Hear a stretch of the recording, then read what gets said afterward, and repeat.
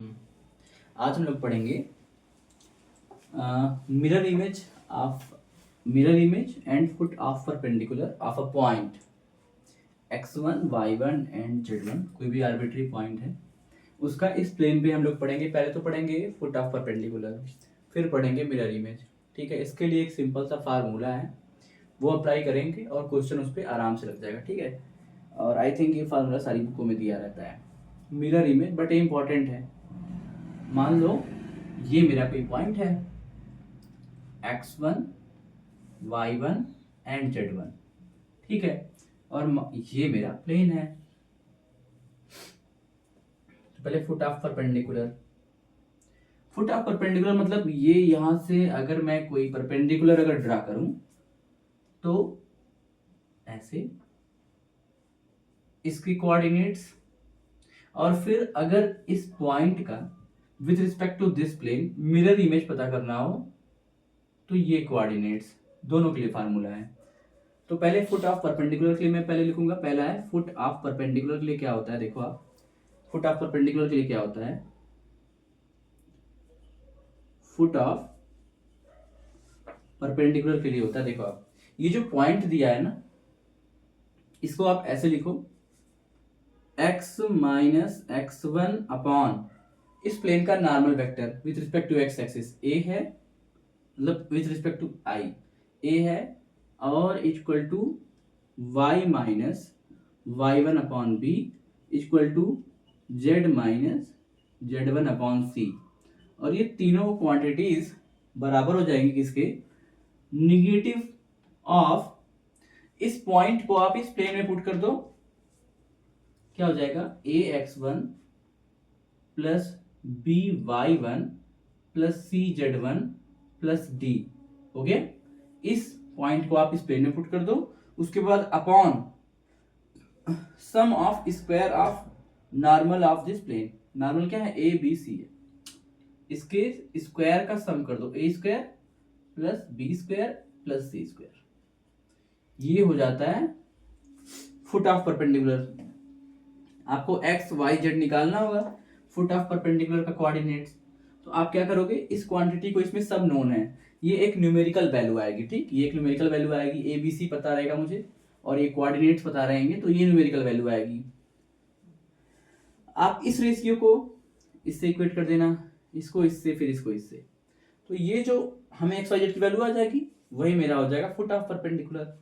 और जब हम इमेज की बात करते हैं, मिरर इमेज की बात करते हैं, एमआई बोलते, मिरर इमेज की बात करते हैं, तो सेम यहाँ ये क्वांटिटीज तो सेम आएंगी ऐसे ही, x minus x1 by a equal to y minus y1 by b equal to z minus z1 by c is equal to, यहाँ पे माइनस ट्वाइस आ जाएगा, बस माइनस ट्वाइस आ जाएगा, और ये सेम क्वांटिटी उतर जाएगी, ax1 plus by1 plus cz1 plus d upon a square plus b square plus c square. Okay, अब देखो चेंजिंग क्या आया है इस फार्मूले में और इस फार्मूले में। जब हम फुट ऑफ परपेंडिकुलर निकाल रहे थे तो यहाँ पे बस निगेटिव साइन आया है, यहाँ पे निगेटिव ट्वाइस आ गया है इसका। ठीक, मिरर इमेज में तो इसके कोऑर्डिनेट्स निकल जाएंगे और इसके भी कोऑर्डिनेट्स निकल जाएंगे, तो ये क्लियरली आपको दिख रहा है। ठीक है, इसको आप स्क्रीनशॉट ले लो। अब देखो आप एक क्वेश्चन देखो आप, उसी मिरर इमेज पे ही आया था 2021 में। अब if the mirror image of this point 135 with respect to this plane is alpha beta gamma, then find the value of this. तो सिंपल, आप अपना फार्मूला लगा दो, जैसे अगर इसको ग्राफिकली समझना चाहें तो ऐसे।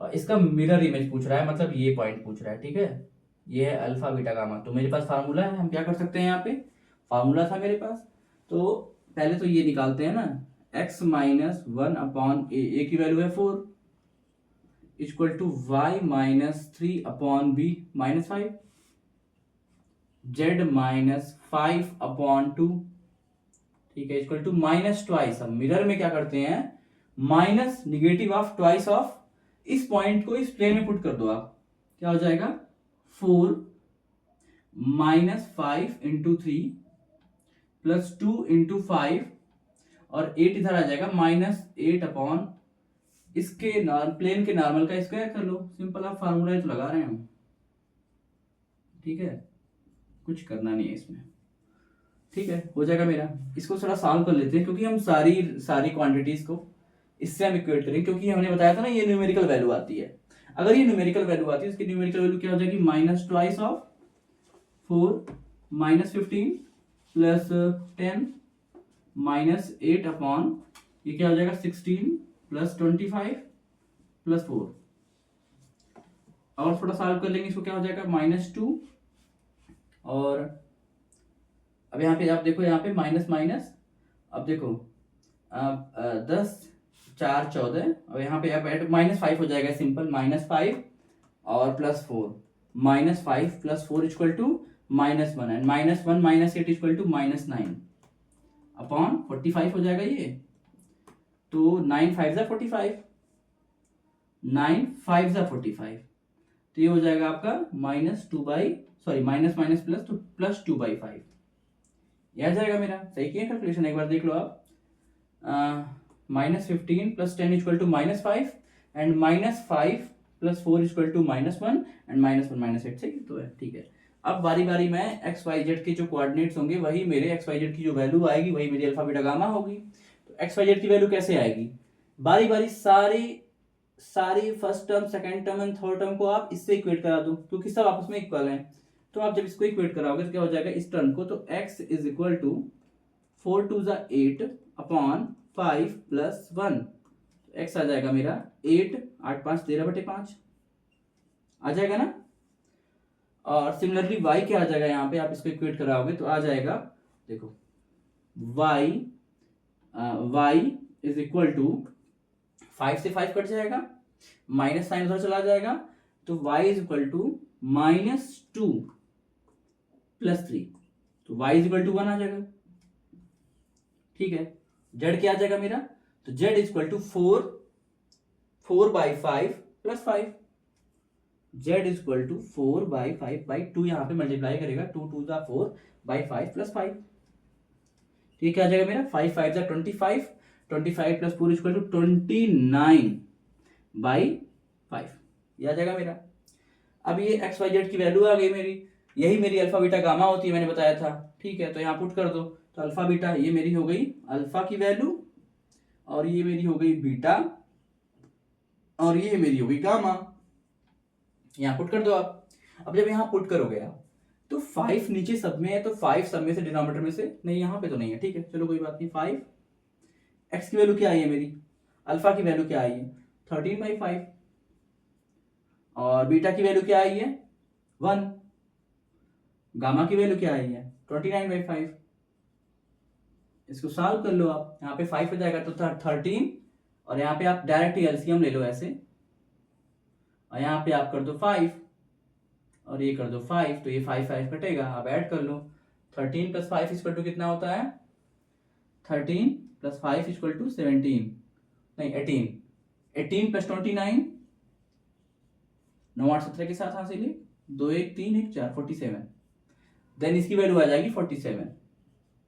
Okay, 47 is the right answer. Simple सा क्वेश्चन था, 2021 में आया था, आप इसका शॉर्ट ले लो।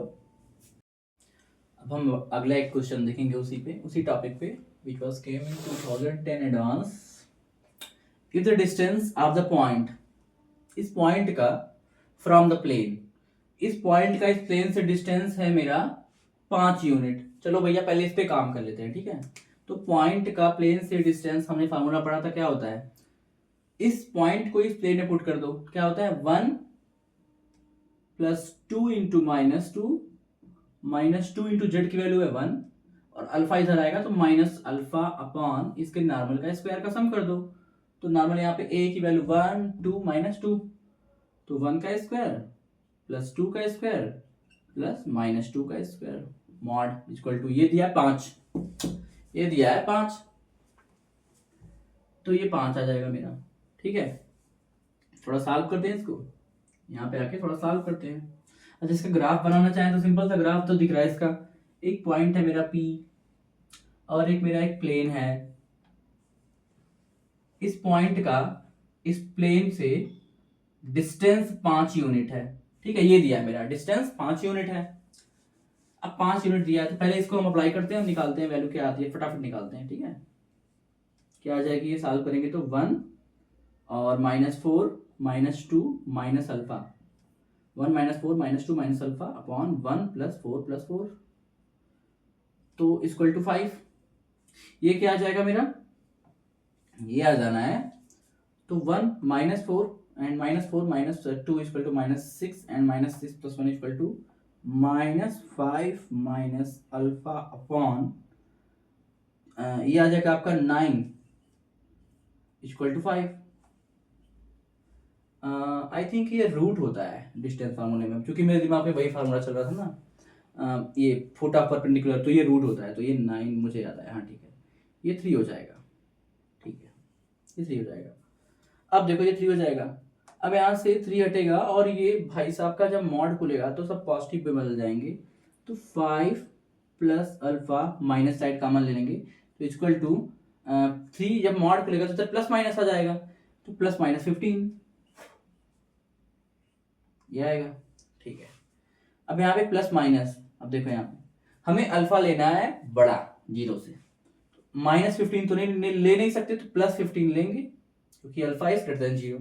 यहाँ पे हम लिख दें, सॉरी देखिए माइनस प्लस किस में आ रहा है, तो अगर हम माइनस ले देंगे तो 5 उधर जाएगा, तो 5 उधर जाएगा तो वो क्या हो जाएगा -10, माइनस तो हम नहीं ले सकते, since alpha is greater than 0 तो यहाँ पे हम क्या लेंगे, पॉजिटिव साइन, नेगेटिव हटा देंगे, तो 5 उधर अल्फा 5 उधर जाएगा तो क्या हो जाएगा, अल्फा इक्वल टू 10, ठीक है, आ गया। अब अल्फा इक्वल टू 10 आ गया तो मेरा प्लेन क्या बन जाएगा, x + 2y - 2z equal to 10, ठीक है, तो ये प्लेन क्या बन जाएगा, x + 2y - 2z equal to 10, ठीक है। अब क्या पूछ रहा है अगला, अगला पूछ रहा है ये, थोड़ा सा मुझे स्पेस चाहिए होगा, ठीक है, मैं यहाँ कर लूंगा। क्या कह रहा है कि then the foot of perpendicular निकालना है, इस पॉइंट का, पॉइंट है मेरा 1 - 2 1, इस प्लेन से, मतलब इस फुट ऑफ परपेंडिकुलर मतलब कोऑर्डिनेट्स निकालने हैं जहां पे ये point lining join from this point two foot of perpendicular, ये फुट ऑफ परपेंडिकुलर का मुझे कोऑर्डिनेट्स निकालना है जहां पे इस पे परपेंडिकुलर पड़ रहा है, ठीक है। तो उसके लिए क्या मैंने बताया था कि आप सारे टर्म सेम रखोगे, बस वहां पे निगेटिव लगाओगे, निगेटिव ट्वाइस नहीं लगाओगे, फार्मूले का यूज करते हैं, तो क्या हो जाएगा x माइनस, वो पॉइंट क्या क्या थे, x - 1 upon 1 y minus -2, then y + 2 हो जाएगा ना, यहाँ पे y + 2 upon 2 z -1 upon -2 equal to minus times of, ये सेम क्वांटिटी आ जाएगी, बट यहाँ पे माइनस अल्फा की जगह पे क्या आ जाएगा, इस पॉइंट को जब हम यहाँ पुट करेंगे तो क्या हो जाएगा, इस पॉइंट को मेरा प्लेन ये बन चुका है, अल्फा की वैल्यू निकल चुकी है, प्लेन ये बन चुका है, तो क्या हो जाएगा मेरा पॉइंट, तो यहाँ पे हो जाएगा पॉइंट को पुट करेंगे 1 - 2 एंड 1, तो ये 1 - 2 एंड 1 इतनी क्वांटिटी तो सेम मिलेगी, 1 - 4 - 2 मतलब -5 और -5 -10, -5 - 10 अपॉन, अब यहाँ पे अंडर रूट नहीं करते हैं, ठीक है, तो यहाँ पे 9 ही उतर आएगा मेरा सिंपल, 15/9 -15/9। अब सारी वैल्यू को आप इक्वेट करा लो, सारी वैल्यू को अगर हम इक्वेट कराएंगे तो यहाँ पे क्या आ जाएगा, ये क्या हो जाएगा माइनस माइनस प्लस, तो 15/9 और 15/9 को हम क्या लिख सकते हैं, 5/3, 5/3। अब इसको एक बार इससे इक्वेट करा लो, इसको एक बार इससे इक्वेट करा लो, इसको एक बार इससे इक्वेट कराओ, तो एक्स वाई जेड की जो वैल्यू निकलेगी वही तो होती है फुट ऑफ परपेंडिकुलर, निकालते हैं फटाफट। तो एक्स की वैल्यू क्या आ जाएगी मेरी, क्या हो जाएगी, 5/3 + 1, 5/3 + 1 इक्वल टू 8/3। ये आ गया मेरा अल्फा, तो यहाँ पे मैं लिखता चलूँ अल्फा 8/3 आ गया, फुट ऑफ परपेंडिकुलर का पहला कोऑर्डिनेट आ गया 8/3। दूसरा क्या आ जाएगा, y की वैल्यू क्या आ जाएगी, y की वैल्यू यहां से निकालेंगे तो 5 2 10/3 - 2, 10/3 - 2, 3 2 6, 10 - 6 इक्वल टू 4/3, 4/3। यहाँ से क्या सही निकाला है ना मैंने, 2 5 जा 10/3 और उधर जाएगा तो -2 हो जाएगा। ठीक है ठीक है ठीक है ठीक है, तो 4/3 और क्या आ जाएगा नेक्स्ट, जेड की वैल्यू क्या आ जाएगी मेरी, जेड आ जाएगा मेरा, देखो आप, तो यहाँ से जेड को इक्वेट कराएंगे तो -10/3, जो -2 है, -10/3 +1, -10/3 +1, तो यहाँ पे आ जाएगा 3 -10 +3 तो -7/3, तो ये आ जाएगा मेरा -7/3। तो ये मेरे हो जाएंगे फुट ऑफ परपेंडिकुलर का कोऑर्डिनेट्स। ठीक है, तो ये हो जाएगा, यही पूछ रहा था मुझसे आई थिंक।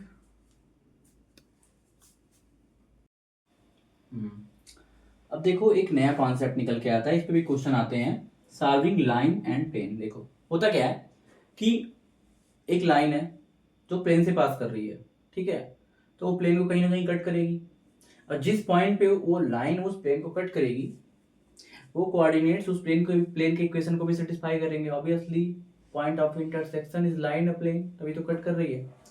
तो उस पॉइंट ऑफ इंटरसेक्शन का उस पॉइंट ऑफ इंटरसेक्शन को निकाला कैसे जाता है ये मैं बताना चाह रहा हूं। देखो आप, मान लो ये एक प्लेन है, ये प्लेन है, इसकी इक्वेशन है ax + by + cz = d।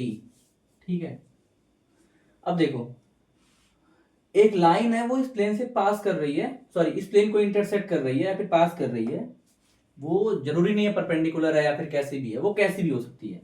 तो मान लो एक लाइन ऐसे ऐसे आई इस प्लेन पे और पीछे से ऐसे निकलेगी, प्लेन तो ऐसे है ना, तो ऐसे आएगी तो ऐसे निकलेगी, बीच का मैंने कट कर दिया। ठीक है, ये जो पॉइंट होगा इस लाइन का इक्वेशन मान लो है, इस लाइन का इक्वेशन है मान लो, ठीक है, x माइनस,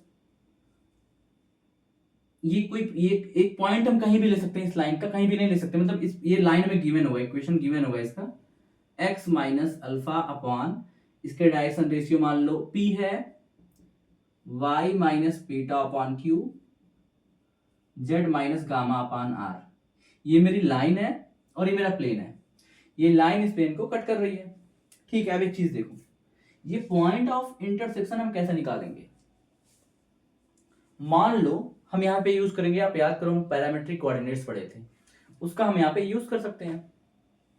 मान लो ये पॉइंट जो निकल के आएगा वो इसका पैरामेट्रिक कोऑर्डिनेट्स है, वो जो पैरामेट्रिक कोऑर्डिनेट्स निकल के आता है ना, वो इस पूरे लाइन पे कहीं भी हो सकता है, आप अपनी चॉइस से ले सकते हो उसको। तो मान लो वो पैरामेट्रिक कोऑर्डिनेट्स कैसे निकालते थे, इक्वल टू हम करते थे लैम्डा, और लैम्डा एक्स वाई जेड के कोऑर्डिनेट्स निकाल लेते थे इससे इक्वेट करा के। अब जो मेरे पॉइंट निकल के आएंगे, क्या निकल के आएगा, p lambda plus alpha, q lambda plus beta, r, ये r है, ठीक है, r लैम्डा प्लस गामा। ये जो कोऑर्डिनेट्स निकल के आएंगे ये मान लो इस पॉइंट ऑफ इंटरसेक्शन ही है। अब चूंकि अगर पॉइंट ऑफ इंटरसेक्शन है और पॉइंट ऑफ इंटरसेक्शन प्लेन में लाई भी कर रहा है, तो ये पॉइंट ऑफ इंटरसेक्शन इस प्लेन को सेटिस्फाई करेगा। हम यहाँ पुट कर देंगे, क्योंकि मेरे प्लेन की इक्वेशन गिवन होगी, तो एक्स वाई जेड की जगह पे हम पुट कर देंगे कोऑर्डिनेट्स। अब जैसे ही इस कोऑर्डिनेट्स को पुट करेंगे तो मेरी क्या आ जाएगी, लैम्डा की वैल्यू, और जैसे ही लैम्डा की वैल्यू आएगी हम यहाँ पुट कर देंगे तो मेरा ये कोऑर्डिनेट निकल के आ जाएगा। ये कॉन्सेप्ट है सिंपल, ठीक है। अब देखो इस पे एक क्वेश्चन करते हैं।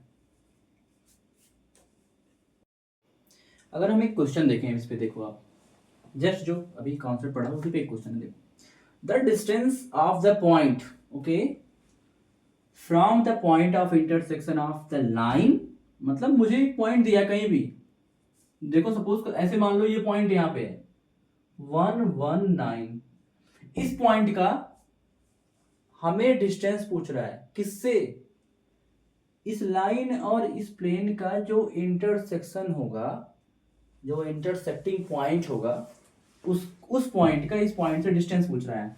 अगर हम बनाए भी तो ऐसे बनाते हैं, देखो मान लो ये प्लेन है और ये लाइन, ये प्लेन है गिवन प्लेन, और ये लाइन जो दी हुई है इसको आके इस पॉइंट पे इंटरसेक्ट कर रही है और निकल जा रही है ऐसे। ये पॉइंट मान लो मेरी है, दिया है कुछ 3 4 एंड माइनस दिया तो है, सॉरी ये तो लाइन है, ठीक है, वो पॉइंट हमें निकालनी पड़ेगी, सॉरी दिया नहीं है, ठीक है, ये मेरी लाइन है, ठीक, और ये प्लेन है, ये लाइन एल है और ये प्लेन है, और ये मेरा पॉइंट है 119। तो ये जो इंटरसेक्टिंग पॉइंट है कह रहा है, देखो क्वेश्चन पढ़ो, the distance of the point from the point of intersection of the line and the plane. What is the point of intersection of the line and plane here? इसके बीच की दूरी पूछ रहा है हमसे, ये पूछ रहा है भाई, ये हमसे वो जानना चाहता है। पहले बात तो इसको पॉइंट निकालो यहाँ पे, इस पॉइंट को, और इस पॉइंट को निकालने के बाद डिस्टेंस फार्मूला निकालो। और पॉइंट को निकालेंगे कैसे? अपने मेथड से जो मैंने अभी डिस्कस किया। क्या करो, इसकी पैरामेट्रिक कोऑर्डिनेट्स निकालो और मान लो वही वो इंटरसेक्टिंग पॉइंट है, ठीक है। पैरामेट्रिक कोऑर्डिनेट्स क्या हो जाएंगे इसके? तो x minus 3/1 equal to y minus 4/2 equal to z minus 5/2 equal to lambda मान लो। अब आप लैम्डा जैसे ही मानोगे तो यहाँ पे x कोऑर्डिनेट क्या निकल के आएगा? Lambda plus 3 and 2 lambda mine plus 4 and 2 lambda plus 5। मान लो यही वो पॉइंट है, इंटरसेक्टिंग पॉइंट। अगर बताओ, अगर ये इंटरसेक्टिंग पॉइंट होगी तो क्या ये पॉइंट इस प्लेन में भी लाई करेगी? ऑब्वियसली भाई, क्योंकि इंटरसेक्ट कर रही है प्लेन से। अब अगर वही पॉइंट उस प्लेन में भी लाई करेगी तो अब बताओ आप कि ये वाला मार्कर, ठीक है, इसको रख देते हैं। देखो आप, तो इस कोऑर्डिनेट्स को इस प्लेन में पुट कर सकते हैं क्योंकि वो सेटिस्फाई करेगा इसको, तो पुट करो। मेरा पर्पस है लैम्डा की वैल्यू निकालना, तभी तो यहाँ लैम्डा पुट करेंगे, कोऑर्डिनेट्स आएगा तभी तो डिस्टेंस फार्मूला लगा के हम डिस्टेंस निकाल पाएंगे। पुट करो भैया, lambda plus 3 plus 2 lambda plus 4 plus 2 lambda plus 5 is equal to 17। तो यहाँ पे आप सॉल्व करो, क्या हो जाएगा बताओ? Lambda plus 2 lambda plus 2 lambda 5 lambda. Okay, 4 3 7 5 12 equal to 17। 12 उधर जाएगा, 17 12 में से 17 गया, कितना बचेगा? 5। 12 5 17 होता है ना 5, तो लैम्डा इक्वल टू 1 आ गया। अब अगर लैम्डा इक्वल टू 1 आ गया तो ये कोऑर्डिनेट्स क्या हो जाएगा बताना जरा आप। ये कोऑर्डिनेट्स हो जाएगा, पुट कर दो यहाँ पे, 1 plus 3 equal to 4, 2 plus 4 equal to 6 and 2 plus 5 equal to 7। Simple. अब ये पॉइंट मेरा क्या हो जाएगा? 4 6 7, क्योंकि मैंने पैरामेट्रिक कोऑर्डिनेट्स को वही माना था। अब पैरामेट्रिक कोऑर्डिनेट्स को इस पूरे लाइन पे कहीं भी मान सकते हो, कहीं भी मान सकते हो, एज योर चॉइस। अब मुझे चाहिए इसके बीच का डिस्टेंस, तो लगा दो भैया डिस्टेंस फार्मूला। कैसे लगाएंगे हम?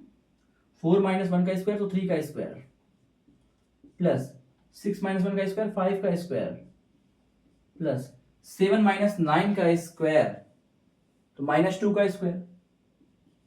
ओके, क्या आ जाएगा यहाँ पे? 9 प्लस 25 प्लस 4 9 4 13 और 13 25 कितना होता है? 13 और 25 5 3 8 तो 1 3 38 under root 38 is your required distance. Okay, now take it इसके शॉर्ट। देखो ये कॉन्सेप्ट है projection of line segment on plane. Projection होता क्या है अभी क्लियर हो जाएगा। देखो, लाइन सेगमेंट ऑन प्लेन, तो पहले तो एक लाइन सेगमेंट ड्रा कर लेते हैं ए बी, ठीक है, और एक प्लेन ड्रा कर लेते हैं बड़ा सा, ठीक, अपना बड़ा सा प्लेन ड्रा कर लेते हैं, ठीक। अब प्रोजेक्शन क्या होता है? इस प्लेन का, इस लाइन सेगमेंट का इस प्लेन पे कुछ ना कुछ तो इमेज बनेगा। तो मान लो वो इमेज ऐसे बनता है, इसी को हम नीचे ले आते हैं, ये ऐसे बनेगा इमेज, सॉरी ये डॉटेड लाइन हो जाएगी ना, क्योंकि हम इसको नीचे उतार रहे हैं ऐसे ऐसे ऐसे, इसी को नीचे प्लेन पे ड्रा करेंगे। पहले इस पे पहले ऊपर ड्रा कर लिए कि सीधा बन जाए मेरा, और फिर प्लेन पे ड्रा कर लिए। तो ये जो डिस्टेंस होती है ना, यही होती है projection of this line segment on the plane. यही तो ये भी हो जाएगा। ये जो ए बी डिस्टेंस हम निकालते हैं, अब बस बहुत लोग को लग रहा होगा कि ए कोऑर्डिनेट दिया रहेगा, बी कोऑर्डिनेट दिया रहेगा, आप उसका डिस्टेंस फार्मूले से डिस्टेंस निकाल लो, वो भी तो प्रोजेक्शन ना ना भाई, आप खुद ही खड़े हो जाओ, एक ऐसे लाइन बना लो प्लेन पे, मान लो ये प्लेन है और एक लाइन है, तो क्या ये डिस्टेंस सेम है जो इसकी परछाई पड़ रही है? नहीं ना, नहीं सेम है, ओरिजिनल लाइन से कुछ गड़बड़ जाती है। ठीक है, अब देखो जैसे जैसे हाथ ऊपर ऊपर नीचे करोगे रेस कैसी आ रही है लाइट की, प्रोजेक्शन उसके प्रोजेक्शन की लेंथ जो है, प्रोजेक्शन वो उतनी लंबी चौड़ी बनती है। तो प्रोजेक्शन होता है बेसिकली इस लाइन का, यहाँ पे जो परछाई पड़ती है उस परछाई की डिस्टेंस कितनी होगी, उसको बेसिकली निकालते कैसे देखो। एक होता है फार्मूला, वो लर्न करके चले जाओ, एक होता है बेसिक कॉन्सेप्ट, वो समझ लो फिर फार्मूला लर्न कर लो, तो इजी हो जाता है।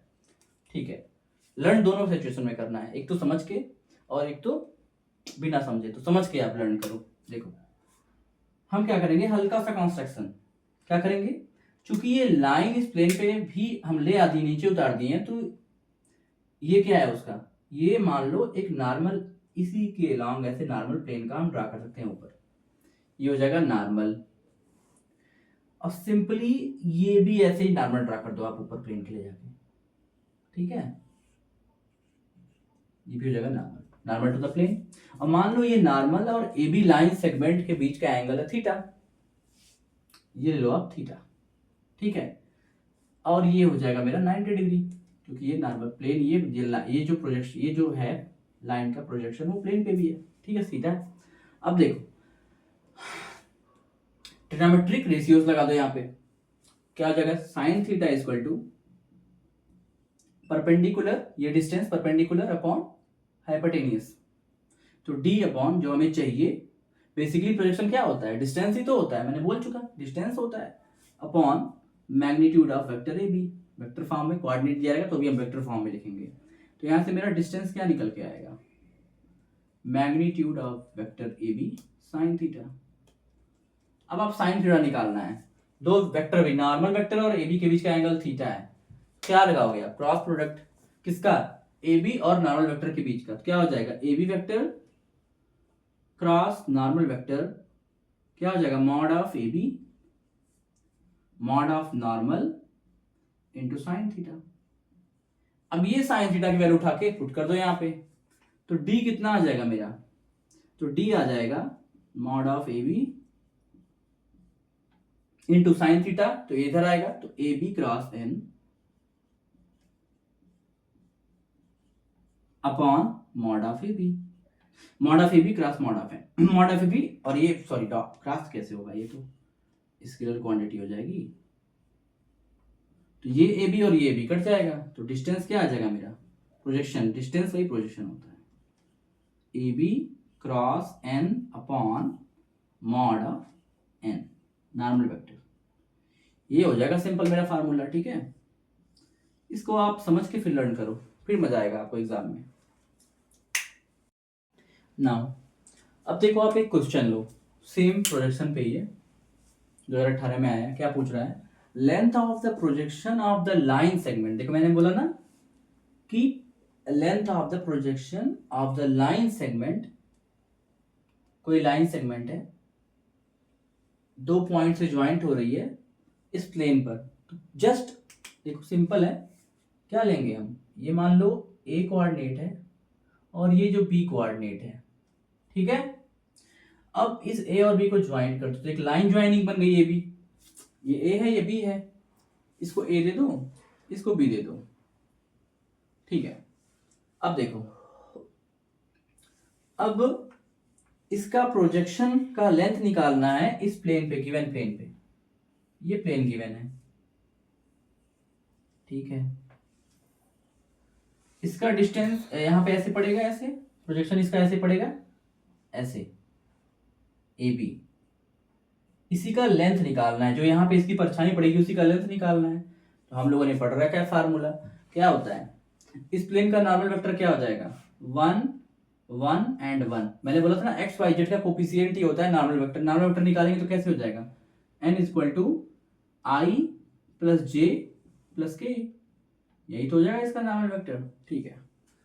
और अब हम ए कोऑर्डिनेट क्या मेरा 5 -1 एंड 4, 5 -1 एंड 4, बी कोऑर्डिनेट क्या है 4 -1 एंड 3, 4 -1 एंड 3, ठीक है। अब देखो आप प्रोजेक्शन निकालना है, डायरेक्ट अपना फार्मूला लगाओ, फार्मूला क्या होता है, length of projection equal to, हाँ मैंने मॉड नहीं लगाया था पिछले फार्मूले में, डिस्टेंस हमेशा पॉजिटिव होती है, मॉड लगाना होता है, a b vector cross normal vector of plane upon magnitude of normal vector. तो मैग्नीट्यूड पहले देख लो साफ साफ, इसका जो हमें मिलता चले निकालते चलो, अंडर रूट 1 का स्क्वायर प्लस 1 का स्क्वायर प्लस 1 का स्क्वायर इक्वल टू 3 आ जाएगा। नॉर्मल मैग्नीट्यूड तो मेरा अंडर रूट 3 आ जाएगा, ठीक है। अब ए बी क्रॉस एन निकालना है, तो क्या करेंगे, पहले तो ए बी निकालो। ए बी वेक्टर क्या हो जाएगा, position vector of b minus position vector of a, क्या हो जाएगा, बी माइनस ए, 4 में से 5 गया 1, तो यहाँ पे आ जाएगा माइनस माइनस में कोऑर्डिनेट वेक्टर को भी कोऑर्डिनेट फॉर्म में लिखा करो, बहुत आसान होता है। तो 4, चलो वेक्टर फॉर्म में लिखते हैं, 4 minus 5 minus i minus 1 plus minus 1 minus plus हो जाएगा प्लस 0j, ओके। और यहाँ पे हो जाएगा 3 माइनस 4 माइनस के, ओके। अब ए बी क्रॉस एन निकाल लो, क्या हो जाएगा वो, a b vector cross normal vector, कैसे निकालेंगे, आई जे के, और ए बी क्या है मेरा, -1 0 1 -1 0 -1। अब देखो, और एन क्या है मेरा, 1 1 1, ठीक है, 1 1 1, सॉरी सही से लिखो, 1 1, ठीक है। अब देखो आप, ये क्या आ जाएगा मेरा, ये आ जाएगा आई, और इसकी वैल्यू 0 एंड माइनस प्लस 1 हो जाएगा ये, ठीक है, माइनस जे, ये क्या आ जाएगा, -1 प्लस 1 0, ये भी आ जाएगा 0 आ जाएगा, क्योंकि -1 और माइनस प्लस 1, ठीक है। और प्लस के, ये क्या आ जाएगा, ये आ जाएगा आपका -1 एंड 0, तो -1 आ जाएगा, ठीक है। तो ये क्या आ जाएगा, आई माइनस के, ये आ जाएगा, ठीक है। नॉर्मल वेक्टर निकल गया, तो मेरा फार्मूला क्या होता है, पुट कर दो यहाँ पे, तो डी आ जाएगा मेरा ए बी क्रॉस एन, ठीक है। प्रोजेक्शन ऑफ डिस्टेंस क्या आ जाएगी, लेंथ ऑफ द प्रोजेक्शन क्या आ जाएगी, मैग्नीट्यूड, सबका मैग्नीट्यूड ले लेते हैं ना फिर, आई माइनस के, आई माइनस के अपॉन अंडर रूट 3, तो इसका मैग्नीट्यूड क्या हो जाएगा, तो d इक्वल टू क्या आ जाएगा मेरा, 1 का स्क्वायर प्लस 1 का स्क्वायर, मैग्नीट्यूड ले लो इसका, इसका भी मैग्नीट्यूड, इसका भी डिस्टेंस है चूंकि, तो पॉजिटिव तो रहेगा, इसका भी मैग्नीट्यूड, इसका भी मैग्नीट्यूड। अब मैग्नीट्यूड लोगे तो क्या हो जाएगा, 1 का स्क्वायर प्लस 1 का square under root 2 upon under root 3, ये आ जाएगी मेरी प्रोजेक्शन की लेंथ, ठीक है। आया था, ये सिंपल था क्वेश्चन था। नाउ अब देखो आप एक चीज देखो, आप एंगल बिटवीन टू लाइन हमने पढ़ लिया था, लाइन में ही होता है, ठीक है। एंगल बिटवीन टू लाइन क्या होता है, angle between to line is nothing, it is a angle between its direction ratio, direction vector, okay. वैसे ही अगर एंगल बिटवीन टू प्लेन निकालना चाहें हम, तो वो हो जाता है एंगल बिटवीन इट्स नॉर्मल, समझाते हैं। हेडिंग है मेरा angle between two plane, angle between two plane, देखो आप, दो प्लेन के बीच का एंगल, उनके नॉर्मल के बीच में जितना एंगल बनता है वही होता है। मान लो दो प्लेन है मेरे, ऐसे ऐसे एक प्लेन है, और एक प्लेन है मेरा थोड़ा सा ऐसे, ठीक है, मैं ड्रा करने की कोशिश कर रहा हूं, ऐसे जस्ट, ठीक है। तो इसका नॉर्मल ऐसे मान लो, दो प्लेन है, एक ऐसे है, एक कुछ एक ऐसे है, ऐसे उसको कट कर रहा है। अब ऐसे कट करेगा उसको, तो इसका वाला नॉर्मल, जस्ट इसका वाला नॉर्मल इस तरफ होगा, इसके परपेंडिकुलर, और इसका नॉर्मल कैसा होगा, कुछ ऐसा होगा, सीधा सा। तो इनके नॉर्मल के बीच का जो एंगल बनता है ना ऐसे, वही इन प्लेन के एंगल बीच का भी एंगल बनता है, ठीक है। इनका नॉर्मल ये है और इनका नॉर्मल ये है, तो इनके नॉर्मल के बीच का जो एंगल बनता है वही, ये प्लेन 1 है तो ये नॉर्मल, ये प्लेन 1 है, इसका नॉर्मल ये है तो नॉर्मल 1 हो जाएगा। ये प्लेन 2 है, इसका नॉर्मल ये है तो नॉर्मल 2 हो जाएगा। तो angle between normal 1 and normal 2 is the angle between these two plane. निकालते कैसे हैं इसको, simple, cos theta is equal to n1 dot n2 upon mod of n1 n2।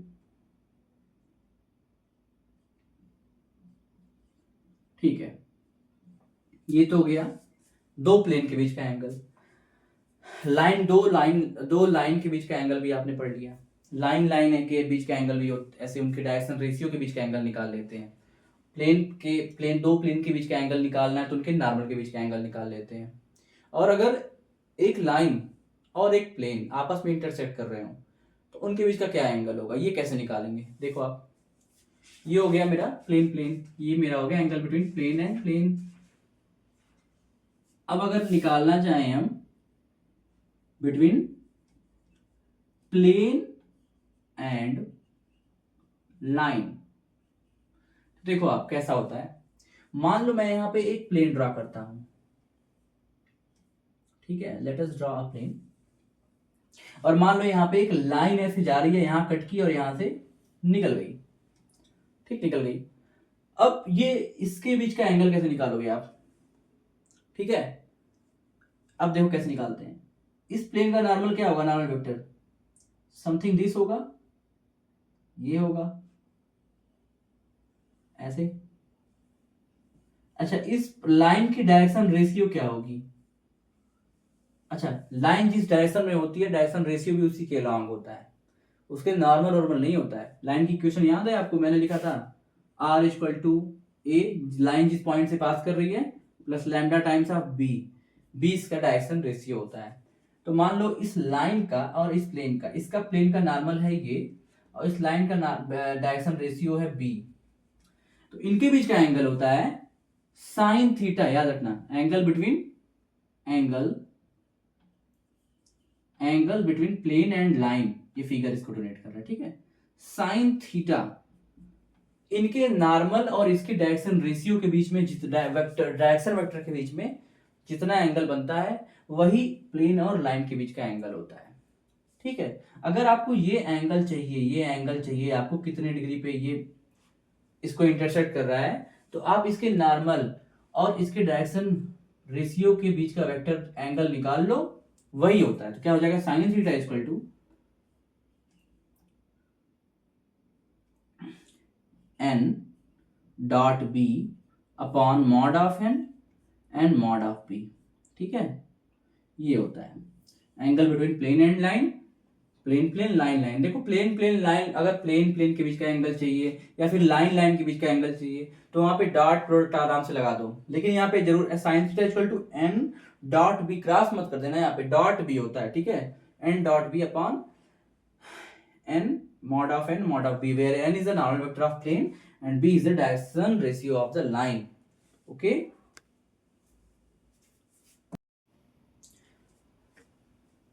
Parallel and perpendicular plane, कब को दो प्लेन पैरेलल होंगे, कब दो प्लेन परपेंडिकुलर होंगे, ये भी पूछता है एग्जाम में। अब देखो, आप मान लो दो प्लेन है मेरे पास, ठीक है। अगर इसका हेडिंग डालना चाहें तो हम ये हो जाएगा parallel and perpendicular plane, parallel and perpendicular plane. Condition क्या है वो, कंडीशन, अब देखो आप क्या क्या वो कंडीशन है जब दो प्लेन पैरेलल होंगे और कब दो प्लेन परपेंडिकुलर होंगे, ठीक है। अब देखो, परपेंडिकुलर का साइन होता है उल्टा टी, मान बना लो आप, कैसे भी बना लो। अब देखो आप, पहले तो हम पैरेलल का लेते हैं। अगर दो प्लेन है बेटा, छोटे बड़े कुछ भी ले लो आप, दो प्लेन है, अब दोनों पैरेलल दिख रहे हैं, ये प्लेन दोनों पैरेलल है, दोनों पैरेलल होंगे तो आप बताओ, ये इसका नॉर्मल वेक्टर है और ये भी इसका नॉर्मल वेक्टर है, तो दोनों का नॉर्मल वेक्टर आपस में क्या होगा, पैरेलल होगा। मतलब दो प्लेन है तो दोनों का नॉर्मल वेक्टर आपस में पैरेलल होगा। अगर एक वेक्टर आपस में पैरेलल होते हैं तो दोनों के आई जे के का कोफिशिएंट का रेशियो क्या आता है, बराबर आता है। ये वेक्टर चैप्टर का है। दो वेक्टर आपस में पैरेलल हैं तो उनके आई जे एंड के का कंपोनेंट जो होता है वो क्या आता है, उनके रेशियोज इक्वल आते हैं। अगर हम समझाना चाहें, मान लो ये वेक्टर है मेरा n, नॉर्मल वेक्टर है n1 और ये नॉर्मल वेक्टर है n2, ठीक है, तो n1 vector parallel to n2 vector. चलो अगर मैं प्लेन का इक्वेशन लेता हूँ, एक इक्वेशन लेता हूँ, मान लो ये प्लेन था मेरा, तो मैं अगर ऐसे लिखना चाहूँ, अच्छा ठीक है, तो ये हो गया। तो मान लो मेरे पास दो प्लेन है, ठीक है, a1x plus b1y plus c1z plus d is equal to 0, और एक प्लेन है a2x plus b2y plus c2z plus d1 है, ये d2 है, इक्वल टू 0। दो प्लेन है मेरे, दोनों पैरेलल हैं, तो दोनों के आई जे के का नॉर्मल वेक्टर के आई जे के का कंपोनेंट जो होगा, कोफिशिएंट जो होगा, उनका रेशियो क्या होगा, इक्वल होगा। तो आई जे के का कोफिशिएंट क्या होता है, यही पे a1 a2 a1 b1 c1 a2 b2 c2 यही तो होता है, तो इनका रेशियो क्या हो जाएगा, a1 इफ पैरेलल, पहली है इफ पैरेलल, कंडीशन लिख रहा है ना, इफ पैरेलल, तो a1 upon a2 ratio b1 upon b2 equal to c1 upon c2। But जरूरी नहीं है d1 अपॉन d2 बराबर हो, जरूरी नहीं है उसी में d1 बाई d2 भी शामिल हो जाए। अगर पैरेलल होगी तो ऐसा होगा, मान लो दोनों प्लेन लग बाई चांस आइडेंटिकल हो गई, आइडेंटिकल हो गई, तो उस केस में हम लिखेंगे इफ आइडेंटिकल,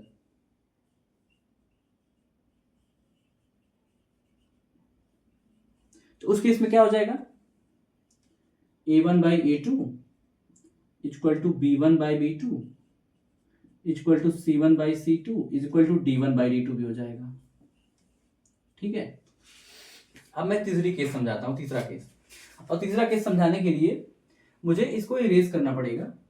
ठीक है, देखो तीसरा केस, मान लो परपेंडिकुलर हो गया प्लेन, परपेंडिकुलर का लेता हूं, इफ परपेंडिकुलर, मान लो ये एक प्लेन है,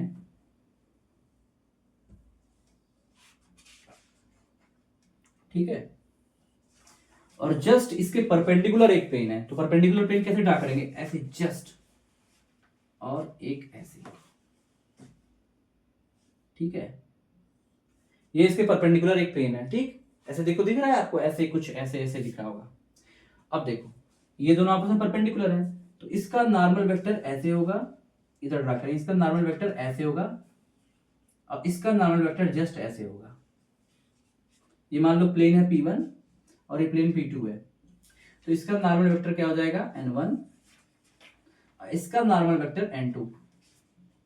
तो एक चीज आपको दिख रहा है, अगर दोनों प्लेन आपस में परपेंडिकुलर हैं तो उनके नॉर्मल वेक्टर भी क्या होते हैं, आपस में परपेंडिकुलर होते हैं। दिख रहा है, ये इसके परपेंडिकुलर है, देखो ये 90 डिग्री बना रहा है। तो दो वेक्टर, दो प्लेन अगर आपस में परपेंडिकुलर हैं तो उनके नॉर्मल वेक्टर भी आपस में क्या होते हैं, परपेंडिकुलर होते हैं। और दो वेक्टर अगर परपेंडिकुलर होते हैं तो क्या मैंने बताया था, दोनों का प्रोडक्ट क्या होता है, डॉट प्रोडक्ट 0 होता है वो। ठीक है, तो यहाँ पे आई, तो कहने का क्या मतलब, ये वेक्टर कौन सा हो जाएगा, N1, मेरा ये प्लेन P1 है, मान लो यही प्लेन मेरा P1 है और यही प्लेन मेरा P2 है। ठीक है, तो मेरा N1 क्या हो जाएगा, AI plus A1I plus B1J plus C1K, I hope visible होगा, ये A1I plus B1J plus C1K। N2 क्या हो जाएगा मेरा, A2I plus B2J plus C2K। अब जब ये दोनों परपेंडिकुलर हैं तो N1 dot N2 equal to 0 हो जाएगा ना, N1 डॉट, हाँ यहाँ पे मैं लिखना चाहूंगा N1 dot N2 equal to 0 हो जाएगा। डॉट ले लो इनका डॉट लेने के लिए कभी आप वेक्टर फॉर्म मत लिखा करो, ऐसे इसको पॉइंट में लिख दिया करो, A1 A2 A3 B1 B2 and B3 is equal to 0। तो यहाँ पे क्या आ जाएगा, A1 प्लस B1, तो मैं लिख रहा हूं थर्ड कंडीशन, इफ परपेंडिकुलर, तो क्या क्या हो जाएगा, A1 A2 A1 A2, sorry यहाँ पे A2 B2 एंड C2 था ना, तो यहाँ पे A2 B2 एंड C2 हो जाएगा, A2 B2 एंड C2 हो जाएगा ना, ये A2 B2 एंड C2 हो जाएगा। ठीक है, तो A1 प्लस A2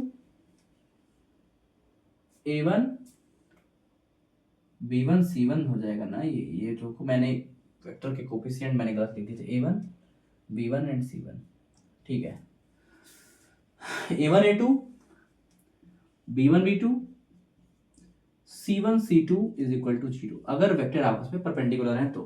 ये 3 केस बनती है, आप इनको नोट कर लो। यहाँ पे ये a1 है और ये b1 है और ये c1 है, ये a2 है और ये b2 है और ये c2 है। ठीक है, ये इस वेक्टर के डॉट प्रोडक्ट है। ठीक है, इक्वल टू 0। ठीक है, आप इसको नोट कर लो। अब देखो, आप हम एक क्वेश्चन लेंगे। एक प्लेन है, 3 प्लेन दिए हुए हैं मुझे, और ये क्वेश्चन आया भी 2021 में। तो और ये कंडीशन पूछ रहा है कि P1 क्या P1 पैरेलल है P3 के, P2 पैरेलल है P3 के, या फिर P1 पैरेलल है P2 के, या फिर तीनों पैरेलल है। तो पैरेलल के लिए मैंने क्या कंडीशन बताई थी, उनके नॉर्मल का डायरेक्शन रेशियो क्या होगा, नॉर्मल वेक्टर जो नॉर्मल होगा उनका डायरेक्शन रेशियो क्या होगा, सेम होगा। चलो देखते हैं, आ जाओ यहाँ पे देखो। पहला कह रहा P1 पैरेलल टू P3, यहाँ पे P1 P3 है, तो इसके कोफिशिएंट और इसके, तो A1 3/2 क्या आ जाएगा 15/10, और क्या आ जाएगा 21/14। इसको हम क्या लिख सकते हैं, 3/2 तो अपने सिंपलेस्ट फॉर्म में ही है। इसको क्या लिख सकते हैं, इसको लिख सकते हैं 15, अगर मैं 5 से काटूं तो 5 3 15, 5 दूनी 10, तो ये भी 3/2 लिख सकते हैं हम इसको भी। इसको अगर मैं काटूं 7 से, 7 3 21 और 7 दूनी 3/2, ये भी 3/2, ये भी 3/2, तो ये भी 3/2। तो P1 है पैरेलल टू P3 के, तो समझ में आ गया। तो ये ऑप्शन करेक्ट। P2 क्या पैरेलल है P3 के, P2 पैरेलल है क्या P3 के, आप देख लो। तो 1/2 माइनस 3/10, माइनस आ गया, खत्म। यही नहीं पैरेलल है, यही नहीं दो बराबर है, आपस में रेशियो बराबर होने चाहिए, खत्म। P1 पैरेलल है क्या P2 के, तो 3/1 15/-3, तो माइनस साइन के साथ आ जाएगा ये भी खत्म। अच्छा, P1 और P3 आपस में पैरेलल हैं, बट P1 और P2 और P3 पैरेलल ही नहीं है, तो ये ऑप्शन ऑटोमेटिक खत्म हो गया। तो ऑप्शन ये सही। देखो कितना सिंपल सा क्वेश्चन आता है, मिनट के अंदर सॉल्व हो जाता है। नाउ अब एक टॉपिक देखो आप। मान लो मेरे पास 2 प्लेन है, equation of plane passing through the intersection of 2 planes. हमें 2 प्लेन आपस में इंटरसेक्ट कर रहे हैं, और इंटरसेक्ट जब कर रहे हैं तो उनके इंटरसेक्शन से एक प्लेन पास कर रहा है, उसकी इक्वेशन बतानी है हमको। देखो पहले बात तो ये फिगर के थ्रू हम विजुलाइज कैसे करेंगे। मैं 2 मार्कर लेता हूँ अपने पास, फिर इजिली इसको विजुलाइज कर सकते हैं। ठीक है, देखो मान लो मेरे पास एक प्लेन ये है, ठीक, एक प्लेन ये है, और दूसरा प्लेन देखना अभी, दूसरा प्लेन है ऐसे कुछ, ऐसे है और ऐसे है, कट कर रहा है इसको, ठीक, परपेंडिकुलरली नहीं कट कर रहा है, मैंने बस बना दिया ऐसे। अब देखो आप, अगर इसको कट करेगा तो ये किसी एक जहां पे 2 प्लेन आपस में कट करेंगे, तो जो कटिंग होगा वो पॉइंट नहीं, एक लाइन होगा, स्ट्रेट लाइन। तो ये एक स्ट्रेट लाइन होगा, अभी विजुलाइज हो जाएगा आपको। मैं रेड मार्कर से करूँ इसको तो ज्यादा अच्छा रहेगा। Red marker, okay, no don't problem, okay कोई बात नहीं, चलो ब्लैक से कर देते हैं। तो जहां पे ये कट करेगा इस प्लेन को, मान लो यहाँ पे कट कर रहा है, यहाँ पे ये कट कर रहा है, ये पोर्शन, थोड़ा इसको और अच्छे से बनाना चाहें तो इस पोर्शन को इरेज कर दो और इस पोर्शन को इरेज कर दो। अब क्लियर हो रहा होगा, देखो, और इसको थोड़ा सा एक्सटेंड कर दो, सॉरी इससे नहीं, क्योंकि ये ग्रीन प्लेन दूसरा है ना, ग्रीन प्लेन है, ठीक है, ऐसे। अब विजुलाइज हो रहा होगा, ये मेरा एक प्लेन था और ये मेरा क्या था, दूसरा प्लेन था, आपस में इंटरसेक्ट कर रहे थे, दोनों कट कर रहे थे। अब मुझे इनके इंटरसेक्शन से एक प्लेन पास होगा, उसका इक्वेशन बताना है। अच्छा, वो प्लेन दिखेगा कैसे, एक रेड मार्कर होता तो चलो कोई बात नहीं। इनके इंटरसेक्शन से एक प्लेन पास करेगा जो ऐसे निकलेगा, आप फील कर पा रहे हो, ऐसे अगर 2 प्लेन आपस में इंटरसेक्ट कर रहे हैं तो उनके इंटरसेक्शन से तीसरा प्लेन ऐसे निकलेगा, उनके ऐसे कुछ ऐसा दिखेगा, आप फील कर पा रहे हो, ऐसे ऐसा दिखेगा, ऐसे।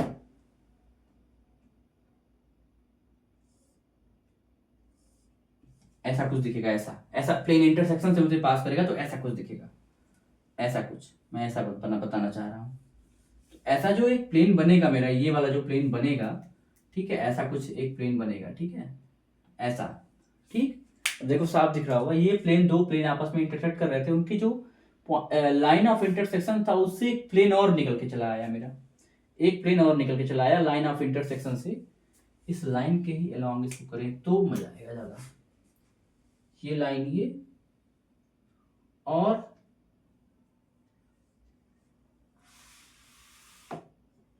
जस्ट इसके एक ऐसे प्लेन, ठीक है, ऐसा कुछ, सॉरी, ऐसा कुछ, ठीक है, एक प्लेन जो इस लाइन के थ्रू ऐसा बनेगा, कुछ ऐसा बनता हुआ दिखाई देगा।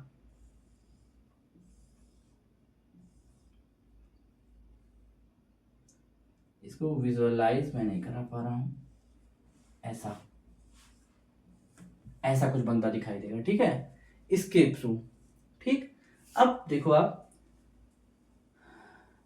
ऐसे बनाओ क्या, हाँ ऐसे बनेगा, ठीक है, देखो आप, हाँ अब थोड़ा सा विजुअलाइज होगा, ऐसे एक प्लेन ऐसे निकल के जाएगा उस इस पॉइंट ऑफ इंटरसेक्टिंग लाइन, दो प्लेन आपस में अगर इंटरसेक्ट कर रहे हैं तो वहां पे एक इंटरसेक्टिंग लाइन होगी, और उस लाइन के अलोंग एक प्लेन ऐसे निकल के जाएगा। उस प्लेन का इक्वेशन कैसे निकालते हैं, देखो आप, उसका इतना फिगर बनाया, फार्मूला सिंपल सा होता है, P1 plus lambda times of P2 equal to 0।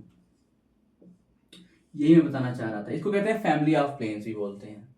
तो यहाँ पे हम क्या करते हैं, इसका इक्वेशन निकालते हैं, और फिर वो दे देता है कि मेरा दो प्लेन आपस में इंटरसेक्ट कर रहे हैं, और उस इंटरसेक्शन से आप उस दूसरे प्लेन, तीसरे प्लेन का इक्वेशन बताइए। तो आप ये लगाते हो, पूछो आप लैम्डा की वैल्यू कैसे पाएंगे हम, तो लैम्डा की वैल्यू आप ऐसे पाओगे, वो दे देगा कुछ कि उस प्लेन पे एक पॉइंट लाई कर रहा है, वो प्लेन जो मेरा तीसरा प्लेन है जो आपको निकालना है, वो प्लेन जो है किसी पॉइंट से पास कर रहा है। अब वो किसी पॉइंट से पास करेगा तो वो इसको सेटिस्फाई करेगा, और जब इसको सेटिस्फाई करेगा तो आप क्या करवा लोगे, इससे इक्वेट करा लोगे, इससे इक्वेट कराओगे तो लैम्डा की वैल्यू आ जाएगी, और ये रिक्वायर्ड प्लेन में पुट कर दोगे आप, और जैसे ही पुट करोगे आ जाएगा, ठीक है। इसको इसको विजुअलाइज कर लेना।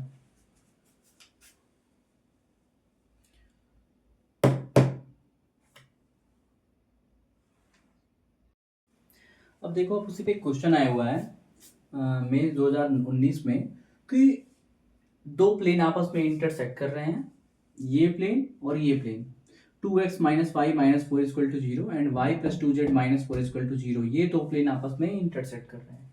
और सिंपल सी बात है, जब दो प्लेन आपस में इंटरसेक्ट करेंगे तो इंटरसेक्शन जो होगा वो पॉइंट में एक लाइन होगा, स्ट्रेट लाइन, और उसी स्ट्रेट लाइन के थ्रू एक प्लेन बनेगा, ऐसे एक प्लेन स्लैंटिंग में, उसके जस्ट दो प्लेन आपस में ऐसे परपेंडिकुलर, दो प्लेन आपस में परपेंडिकुलर इंटरसेक्ट कर रहे हैं। अब उनका जो एक प्लेन निकल के आएगा वो एक लाइन ऐसे निकल के आएगा, मैंने बताया अभी जस्ट, तो उसको विजुअलाइज करना, ठीक है। अब देखो आप, मुझसे फिगर सही से बन नहीं पाया था, बट वो ऐसा फिगर कुछ कुछ होता है, तो एक क्वेश्चन, तो उसी प्लेन का इक्वेशन मुझे निकालना है जो ऐसे उस लाइन के अलोंग होगा, उस लाइन के अलोंग होगा, जो उस लाइन से पास करेगा, the plane passing through the intersection of these two plane. तो मैंने क्या बताया था, P1 plus lambda times of P2, तो आप कर दो, तो क्या हो जाएगा, 2x माइनस वाई और minus four plus lambda times of P2, ये प्लेन है, इसका y plus 2z minus four is equal to 0 कर दो। P1 और plus lambda times of P2 is equal to 0, इसको थोड़ा सॉल्व करो, क्या आ जाएगा, 2x minus y minus four plus lambda y और plus 2 lambda z minus 4 lambda is equal to 0। तो यहां से क्या आ जाएगा, 2x और यहां से minus y plus lambda y, क्या आ जाएगा आपका, अगर y कॉमन ले लो यहां से तो प्लस y अगर कॉमन लोगे तो लैम्डा माइनस वन, ओके, और यहाँ पे प्लस 2 लैम्डा जेड, और क्या हो जाएगा, माइनस फोर लैम्डा, तो minus four lambda is equal to 0। ये मेरा इक्वेशन ऑफ प्लेन निकल के आएगा, बट मुझे लैम्डा की वैल्यू चाहिए, उसके लिए क्वेश्चन में जरूर कुछ ना कुछ दिया होगा। कह रहा है ये जो प्लेन है, रिक्वायर्ड प्लेन है, वो इस पॉइंट से पास करता है 1 1 0 से, तो ये पॉइंट इसमें सेटिस्फाई करेगा, तो पुट कर दो, तो 2 x की जगह पे 1 और y की जगह पे 1 एंड z की जगह पे 0, तो 2 प्लस लैम्डा माइनस 1 और z की जगह पे 0, तो minus four lambda is equal to 0। तो यहाँ पे क्या आ जाएगा, 2 माइनस 1, और यहाँ पे आप देखो 4 1 5 और 5 में से 2 गया तो माइनस 3 और लैम्डा है यहाँ पे -4 लैम्डा प्लस लैम्डा, तो -3 लैम्डा इज इक्वल टू 0। सही है, तो लैम्डा इक्वल टू क्या आ जाएगा, उधर भेज तो लैम्डा इक्वल टू 1 आ जाएगा। सॉरी -3 है ना यहाँ पे, ये भी -3 है क्योंकि 4 1 4 1 5 में से 2 गया 3 और यहाँ पे -4 lambda plus lambda equal to, तो लैम्डा इक्वल टू -1 आ जाएगा ना। अब लैम्डा इक्वल टू मुझे प्लेन का इक्वेशन पूछ रहा था, अब आप लैम्डा इक्वल टू इसी में पुट कर दो, लैम्डा इक्वल टू -1, तो यहाँ पे आपका प्लेन का इक्वेशन निकल के आ जाएगा। यहाँ पे लैम्डा इक्वल टू -1 पुट करोगे आप, तो देखो यहाँ पे y का कंपोनेंट 0 हो जा रहा है, साफ साफ मुझे दिख रहा है। तो इक्वेशन ऑफ प्लेन क्या आ जाएगा मेरा, यहाँ से देखो आप 2x ये 0 हो जाएगा -2z, और यहाँ पे आप देखो लैम्डा इक्वल टू -1 पुट करोगे तो ये +4 हो जाएगा, इक्वल टू 0 हो जाएगा, और यहाँ पे आप आ जाएगा x minus z equal to 0। It is the required equation of the plane.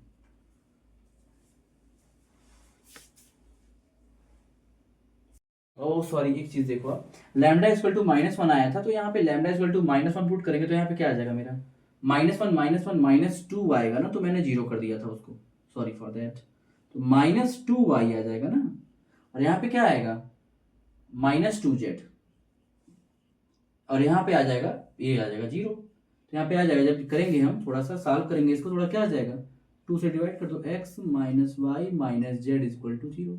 It is a required equation of plane. वो लैम्डा की वैल्यू यहाँ पुट करो तो आपकी वैल्यू मिल जाएगी, ठीक है। It is a simple concept. Now you can take a screenshot. Now अब देखो आप, जस्ट उसी पे एक क्वेश्चन है, आपको क्वेश्चन पढ़ना है और समझ जाना है कि वही कॉन्सेप्ट लगेगा, आप समझना, ये समझ में कैसे आएगा आपको, देखो आप ये समझ में आएगा आपको। एक प्लेन है, द इक्वेशन ऑफ प्लेन, एक प्लेन का इक्वेशन है, हमें निकालना है वो किससे किससे पास कर रहा है। पहले देखो किससे किससे पास कर रहा है, पासिंग थ्रू किससे किससे, लाइन ऑफ इंटरसेक्शन, एक लाइन है वो कैसे बन रही है, intersection of the this plane and this plane. मतलब हमको एक प्लेन का इक्वेशन चाहिए जो किस किस से पास कर रहा है, वो हमको दे रखा है, एक लाइन से पास कर रहा है, वो ऐसे नॉर्मल लाइन नहीं है कोई भी, वो इन दोनों प्लेन के इंटरसेक्शन से जो लाइन बन के आ रही है उस लाइन से पास कर रहा है और इस पॉइंट से पास कर रहा है। तो आपको क्वेश्चन देखते समझ में आ जाना चाहिए कि कब हम फैमिली ऑफ प्लेन, मतलब उस कॉन्सेप्ट को कहते हैं फैमिली ऑफ प्लेन, जिसमें हम this plus lambda times of this equal to 0 करते हैं, कब लगाना है। आपको उस क्वेश्चन समझ में आ गया। पासिंग, एक प्लेन है जो पास कर रहा है, कोई भी प्लेन अगर दो प्लेन, एक प्लेन अगर दो प्लेन के इंटरसेक्शन वाले लाइन से पास करेगा तो उसका इक्वेशन उन दोनों प्लेन का sum this plus lambda times of this equal to 0, ये वाला सम यही होगा उस प्लेन का इक्वेशन। ठीक है, समझ में आ गया।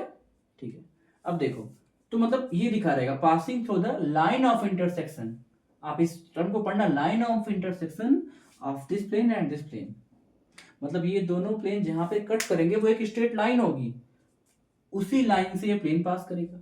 और उस प्लेन का इक्वेशन हम पढ़ चुके हैं, क्या होता है, दिस जो this plus lambda times of this equal to 0, तो आप कर दो, क्या हो जाएगा 2x minus 7y plus 4z minus 3 plus lambda times of 3x minus 5y plus 4z plus 11 equal to 0।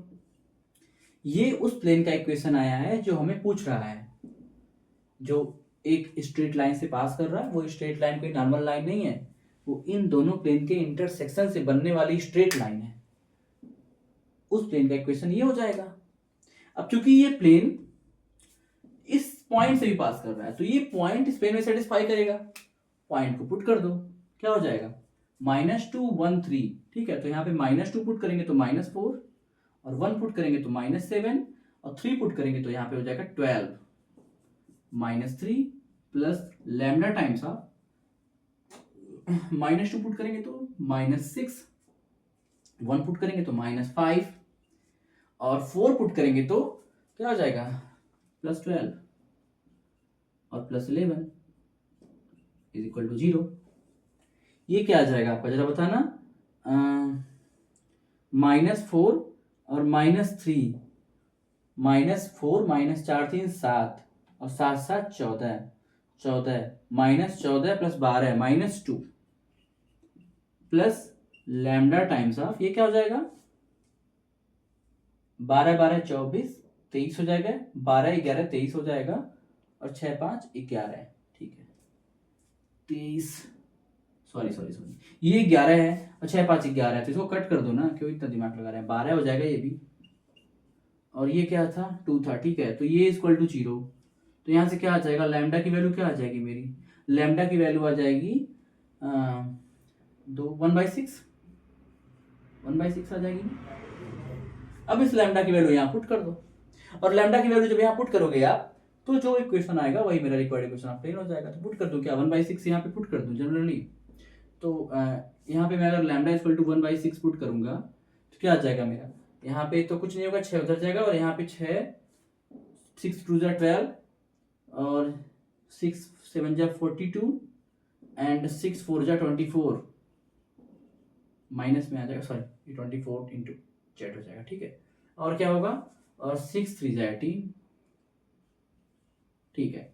अब 6 को उधर भेज दो और एलसीएम लेके ये पूरा खत्म, ये हो जाएगा सिंपल, ये रिक्वायर्ड इक्वेशन ऑफ प्लेन हो जाएगा। आप यहाँ पे इसको थोड़ा सॉल्व करना चाहोगे तो ये कर लो आप, 12 3 15x, ठीक है, और -42 एंड -5 तो -47, ठीक है। y 24z एंड 4z तो 28z, ठीक है। और क्या हुआ मेरा, -18 और +11 तो सब्ट्रैक्ट हो जाएगा, तो -8 में से 1 गया 7 -7 is equal to 0। It is the required equation of the plane, -15x -47y + 28z -7 is equal to 0।